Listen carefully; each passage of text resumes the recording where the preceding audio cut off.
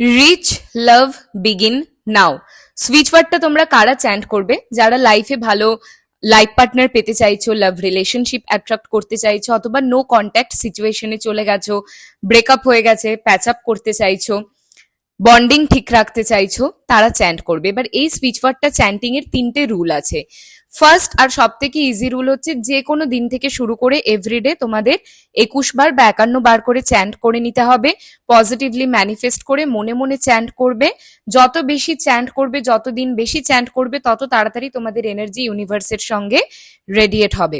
Second way কি, যে দিনে যে কোনো টাইমে তোমাদের লেফট বডি পার্টের যে কোনো পার্টে 7 বার ব্লু কালার অথবা গ্রিন কালারের পেন দিয়ে লিখতে হবে। ওটা নিজের থেকে তারপর ওঠানো চলবে না। যখন ওটা উঠে যাবে বা মুছে যাবে নিজের থেকে, দ্যাট ইজ ফাইন, তোমরা ওটাকে মুছতে যেও না। থার্ড আর সব থেকে ভালো রেজাল্ট দেয় যেই ওয়েটা, সেটা হচ্ছে এভরিডে রাতে ঘুমোতে যাওয়ার আগে একটা সাদা পেপারে গ্রিন কালারের পেন দিয়ে তোমাদের সুইচ ওয়ার্ডটা লিখতে হবে। লিখে তোমার নাম লিখবে নিচে, তার উপরে একটা পরিষ্কার কাঁচের গ্লাসে একটু জল ভর্তি করে ও লেখাটাকে চাপা দিয়ে রাখবে। 2 থেকে 3 মিনিট চাপা দিয়ে রাখার পর পজিটিভলি ম্যানিফেস্ট করবে। ম্যানিফেস্ট করা হয়ে গেলে তারপরে তোমাদের সেই জলটা পজিটিভলি কিন্তু পান করে নিতে হবে।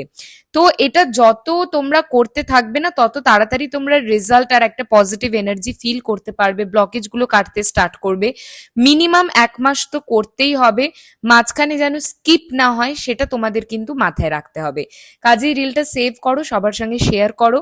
তোমাদের কার কি নিয়ে রিল লাগবে আমাকে এখানে কিন্তু কমেন্টে জানাতে ভুলো না। ভালো থেকো।